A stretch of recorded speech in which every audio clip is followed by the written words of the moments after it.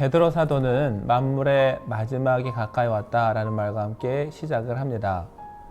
마지막이 가까웠다라는 건 베드로 사도뿐만 아니라 다른 신약 성경에 많이 나온 이야기이기도 합니다. 바울 사도도 로마서 12장에서 밤이 깊고 낮이 가까웠다. 어둠의 일을 벗고 빛의 갑옷을 입으라 말했습니다. 사도 요한도 계시록에서 때가 가까이 왔다 선언했죠. 초대교회 믿음의 선조들은 그렇게 마지막의 날, 주님의 날이 곧 올 것이라는 믿음으로 살았습니다. 정말 그것을 믿었기 때문에 매 순간 주님 앞에 섰을 때 어떤 모습으로 서 있을까 그런 마음으로 살았죠. 베드로 사도는 우리 모든 그리스도인들이 그런 마음으로 살기를 원하고 오늘 권면하고 있습니다. 먼저 우리 스스로를 되돌아보면서 정신을 차리고 근신하며 기도하라고 말하고 있습니다. 정신을 차린다라는 거 주변의 이방인들처럼 쾌락과 감정에 휩쓸려 갈 것이 아니라 말씀 위에 서서 행동하기를 원하는 것입니다. 근신하라는 말, 술에 깨어 있으라, 즉 분별력 있게 판단하고 살아가라는 뜻입니다.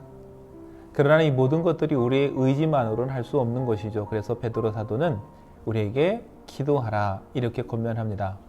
기도할 때 성령이 도와주시고 성령의 도움이 있어야 우리가 근신하며 분별력 있게 처신할 수 있기 때문입니다. 이것이 우리 스스로 내적인 모습이라고 한다면은 다른 사람들과의 관계는 어떤 모습이어야 될까? 거기에서도 설명해 주고 있습니다. 주님이 곧 다시 오신다면은 정말 그것을 믿는다면은 우리는 서로 미워할 것이 아니라 얼마 남지 않은 시간 동안 서로 사랑해야 됩니다. 그래서 베드로 사도는 말하기를 뜨겁게 사랑하라. 사랑은 허다한 허물을 덮는다. 이렇게 말합니다. 맹목적인 사랑, 무조건 죄를 묵인해주고 덮어주라는 뜻은 아닙니다. 형제의 연약함, 부족함, 결점까지도 포용해 줄 수 있는 사랑을 말하는 것이죠. 그리고 정말 사랑하기 때문에 폭력이 아니라 힘이 아니라 간절한 마음으로 그를 올바른 길로 인도해 내길 원하는 것이죠. 예수님께서 우리에게 그런 모습을 보여주셨습니다. 말씀이신 예수님이 이 땅에 오셔서 우리의 모든 연약함을 친히 감당하셨고 우리를 억지로 끌고 가는 것이 아니라 사랑을 보여줌으로 우리가 그 사랑에 감동해 스스로 주님을 따르길 원했던 것이죠. 그 은혜를 받은 우리가 그 은혜를 음미할 때 바로 우리도 남을 사랑해주고 형제의 허물을 덮어줄 수 있게 되는 것이죠.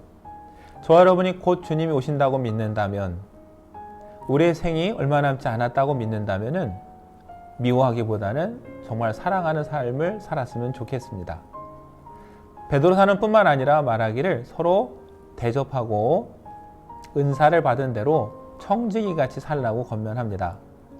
당시에 복음을 전하기 위해서 다니던 순회 설교가, 순회 전도자들에게는 머물 곳이 절실히 필요했고 먹을 것이 필요했습니다. 이들이 가장 안전하고 편안하게 묵을 수 있는 곳은 그리스도인의 가정이죠. 그들을 대접하는 것, 그것은 큰 일이었습니다. 물론 전도자와 설교자만 대접하라는 것은 아니다. 주변의 많은 사람들을 돌보는 것은 교회의 사명이죠. 우리가 받은 은사대로 그 은사를 따라 섬기는 것, 그것이 바로 우리 믿음의 사람들에게 하나님께서 요구하시는 삶이라는 것.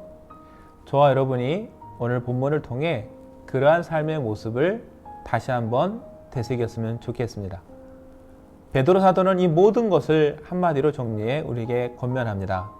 말하든지 행동하든지 모든 것을 주께 하듯 하라.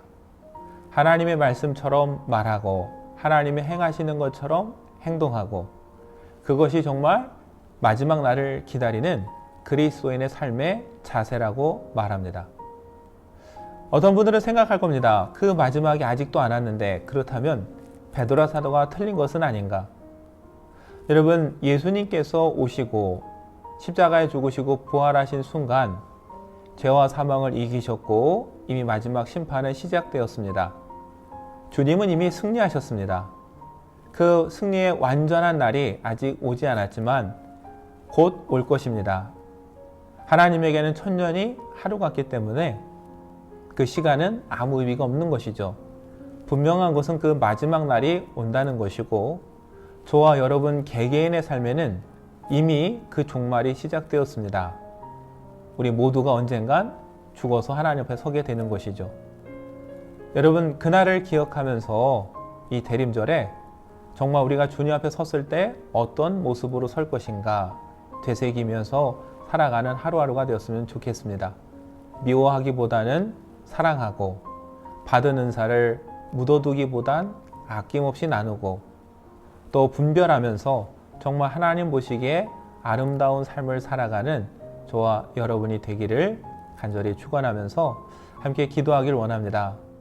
정말 주님이 다시 오시겠다 하신 그 약속을 정말 믿고 믿음으로 기다리는 이 대림절이 되게 하여 주시옵소서. 아울러 주님이 다시 오심을 정말 믿는다면 그날 주님 앞에 부끄럽지 않은 모습으로 설 수 있도록 주님의 말씀을 따라 살아가는 사람들이 되게 하여 주시옵소서. 이렇게 간절히 함께 기도하면 좋겠습니다. 기도하겠습니다.